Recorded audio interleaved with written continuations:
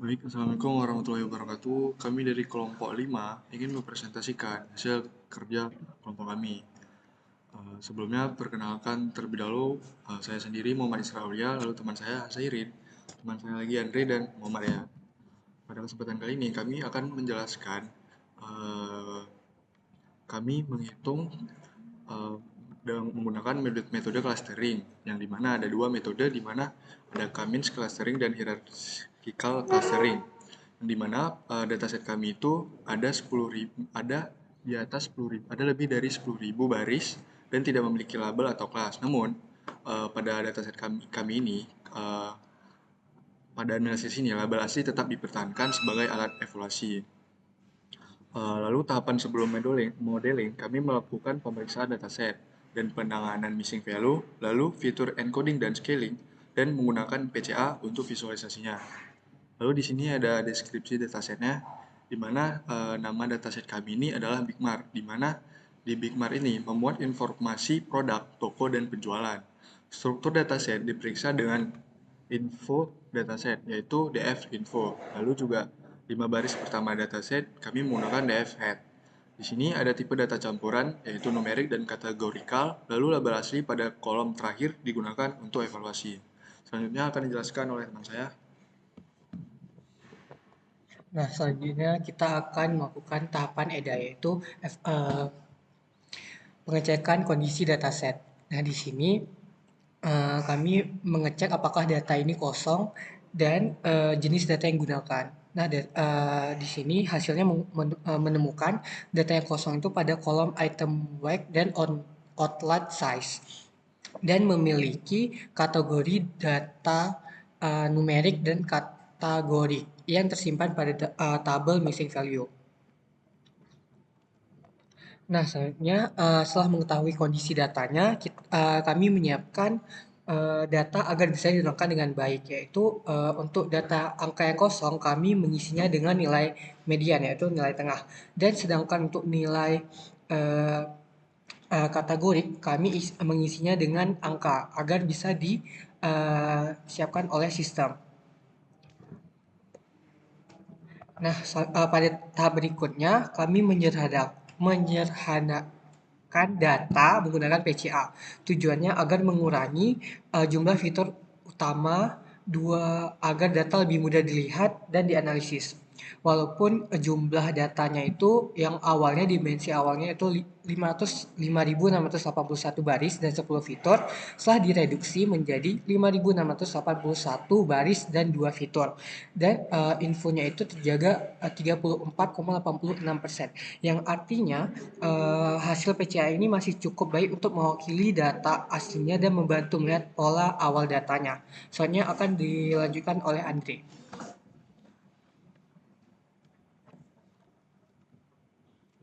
Oke, selanjutnya itu penerapan Kamis clustering. Nah, di sini penerapan Kamis itu sebelumnya diterapkan berdasarkan label unik dari dataset kami. Nah, untuk label uniknya sendiri di sini didapatkan dari hasil sebelumnya itu yaitu 4. Nah, proses ini tuh membentuk cluster eh, berdasarkan jarak antara data-data yang berdekatan. Nah, untuk visualisasi Cummins clustering ini uh, pada gambar di samping dapat dilihat bagaimana data tersebut tersebar ke dalam dua komponen utama.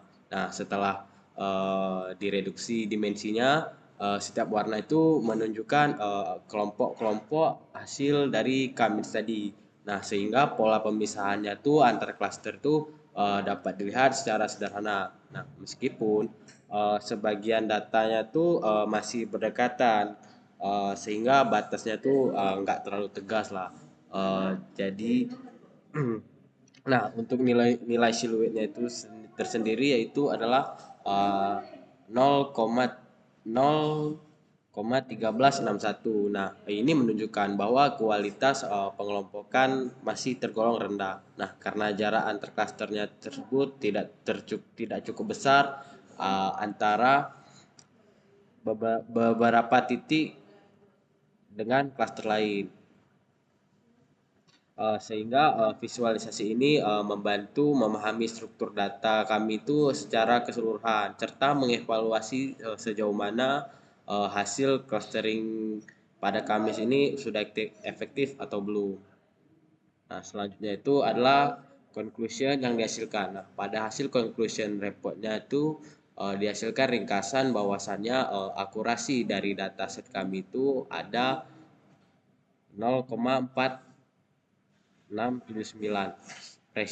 precisionnya 0,6756, recallnya itu 0,4679. Nah, F1 skornya sama juga 0,416. Nah, siluetnya itu 0,1361. Nah, analisis singkatnya tuh kayak gini. Kamis nih masih jadi analisis singkatnya tuh Kamis masih tergolong susah memisahkan kategori utama seperti gori grocery store dan supermarket type 1. Nah, cluster ini memiliki banyak tumpang tindih sehingga tidak sempurna. Nah, selanjutnya akan dijelaskan oleh rekan saya.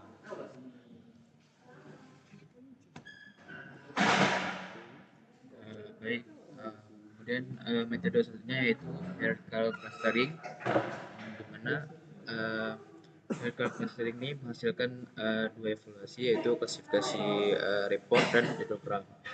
Dan analisis singkatnya, hierarchical itu tampil sedikit lebih baik, namun kategori grocery store dan supermarket type 1 tetap sering tercampur. Kategori type 2 dan type 3 lebih stabil.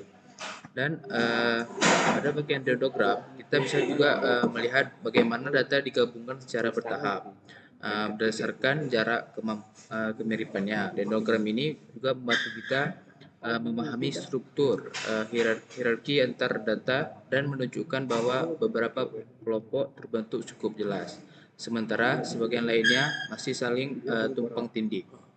Dan berikut adalah hasil evaluasi hierarchical clustering, yang dimana akurasinya itu 0,5059, precisionnya itu 0,7621, recallnya itu 0,5059, F1 skornya 0,5103, dan silhouette-nya 0,1288. Dan di sini selanjutnya yaitu perbandingan metode clustering K-means dan hierarchical clustering. Dan perbandingan utamanya itu hierarchical clustering lebih unggul dalam akurasi dan F1 score, yang berarti secara keseluruhan lebih konsisten dalam membentuk cluster yang mendekati label sebelumnya. Dan K-means sedikit lebih unggul pada COT score yang menunjukkan bahwa jarak antar cluster pada K-means relatif lebih baik secara geometris. Dan namun kedua metode sama-sama belum optimal karena nilai COT masih rendah dan cluster belum terpisah secara tegas. Hal ini menunjukkan bahwa masalah utama bukan hanya pada algoritma tetapi pada karakteristik dataset, di mana pola antar kategori sangat mirip sehingga sulit dipisahkan secara jelas oleh metode clustering tanpa supervisi. Dan selanjutnya akan diberikan ke moderator. Baik, jadi kesimpulan itu dari proyek kami ini, baik K-means maupun hierarchical, kami belum mampu membentuk klaster yang benar-benar terpisah. Silhouette score rendah dan visualisasi PCA memperlihatkan tumpang tindih antar klaster. Untuk hasil lebih baik, dapat dicoba metode DBS Scan, Gaussian Mixture Model, lalu seleksi fitur yang lebih kuat dan pre-processing yang lebih mendalam. Mungkin cukup sekian dari kelompok kami. Wabillahi taufiq wal hidayah. Assalamualaikum warahmatullahi wabarakatuh.